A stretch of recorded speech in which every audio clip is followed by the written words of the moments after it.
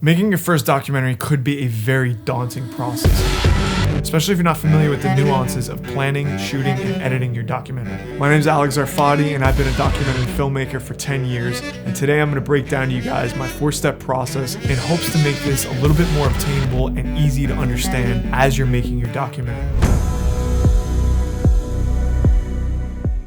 Before we jump into this video, I wanted to talk to you guys about today's sponsor, Riverside. Riverside is a video and audio recording platform that you could use to record podcasts, or in my case, interviews at 4K resolution. Let me just say that again, 4K resolution. If you're a documentary filmmaker, then you know how hard it could be sometimes to film and record subjects all over the world. And sometimes it's not really an option to get out to the location that they're at. So being able to have a tool like Riverside to be able to record 4K quality video footage to either use in a temp edit or even in your documentary edit could be extremely helpful. And the really cool thing about Riverside is that once you're done recording, you can download individual clips or you can download the files right to Premiere to save yourself some time. Riverside also comes with text-based editing, which is extremely helpful if you're trying to quickly go through your interview and speed through the editing process. Being able to have the entire interview in a transcript format is also great for pre-production because you can take exactly what you need and what they say in the transcript and put that in your storyboard. So if you guys are interested in using Riverside for your documentaries or even your podcast, definitely check them out. I'll leave a link in the description down below.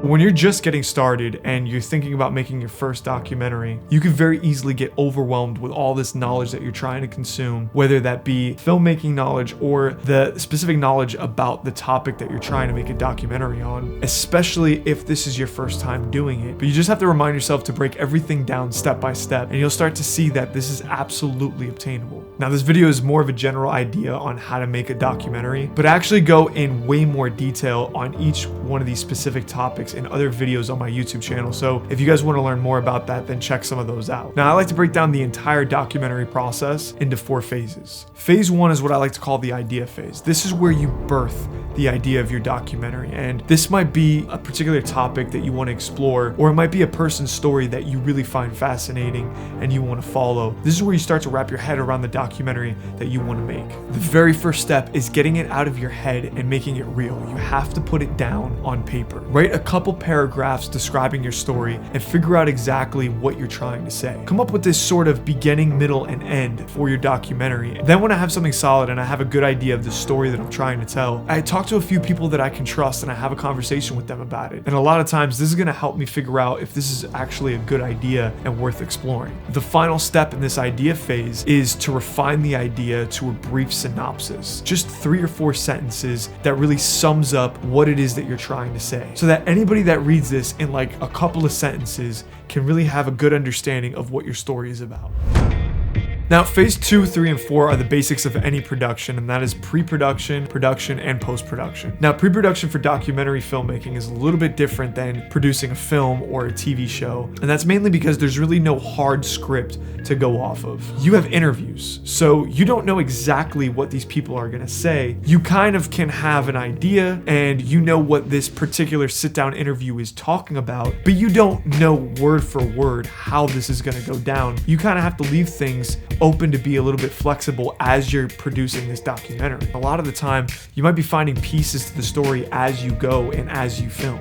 Now, when you're really going into pre-production, the first thing that you need to do is you need to research your topic and all your characters. Do as much research as you possibly can on the topic and the characters that are involved in your documentary. It's very important that you spend that time and you have a really good understanding of every aspect of the story that you're trying to tell. And the next step after you do all this research is find some time to do a pre-interview with the characters involved in your documentary. And there's 2 things that I suggest doing while you're doing this pre-interview. Number 1 is write down some questions to ask them, but number 2 is record the conversation. And if you're meeting with them in person, just ask them if it's okay that you record the conversation on a little Zoom, Tascam, or whatever recording device that you possibly can, maybe even your cell phone. But if you're not with them and you're doing a phone call or maybe you're doing a Zoom call, then I would highly suggest using Riverside to record them. Now, after you've done your research and you've done your pre-interviews, it's actually time to take all of this information and start putting it together in a script and a storyboard storyboard for your documentary. And like I said before, I have videos that go in depth on scripting a documentary and pre-production for your documentary. So if you guys want to take a look at those videos, I'll leave some links right up here or down in the description, so check those out. Now, once you have a solid script and storyboard for your project, it's time to start figuring out the creative direction for your documentary. And that's where I start to create a mood board. This is where I find the voice and the style of the film that I'm trying to create. And I draw a ton of inspiration, not just from other documentaries, but even films of cinematography and music. And one thing that I strongly suggest is find other films and documentaries that you really like and watch them over and over again. You know, take screenshots of particular moments in that film, because when you're first starting out, you're still trying to find your voice. And I think it's very important, in order to find your voice, you have to watch a ton of great films, and you have to watch other great filmmakers and what it is that they did and how they created their stories. And I think just by understanding and breaking down their great projects, you can start to figure out what you want to kind of take from them and use for inspiration for your project.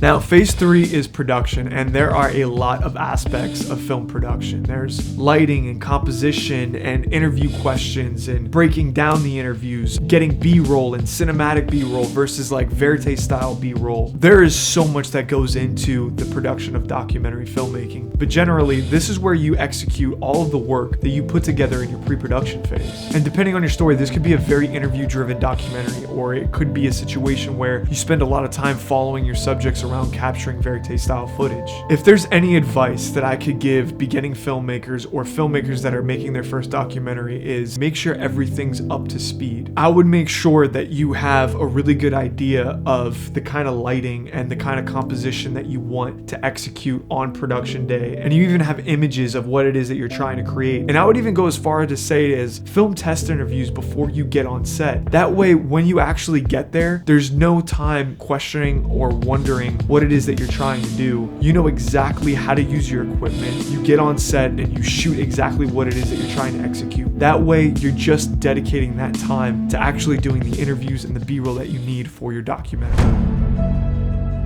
Phase 4 is the last phase, and in my opinion, where the magic happens, and this stage is post-production. This is where you bring the story together with editing, coloring, graphics, music, but just like anything, process and organization is key. Now, when I'm finally into post-production, the very first thing that I like to do is ingest and organize all the footage that I have. And how I usually organize my footage is by date, event, and or people that are involved. And it's extremely important to organize the footage as you're ingesting it. Over time, when you're making your documentary and you have 300 folders, if you need to specifically search for a date or a time or a person, it's very easy to just go in the search bar and type it in, and then now you can quickly find that footage. The next step in my editing process is that I'll take all the interviews that I film and I'll start cutting them up and piecing the story together. When you have your interviews and you have exactly what they said down, actual words that your subjects have said to build the story beats off of. Now, once I have all of my interviews and I have my story laid out, that's when I start figuring out the kind of music I want in every single section. And then once I have the music kind of figured out, I start to put B-roll over the music and the interviews. And the reason why I don't put B-roll before the music is because the music might dictate how the B-roll is laid out. So usually my process goes interviews, music,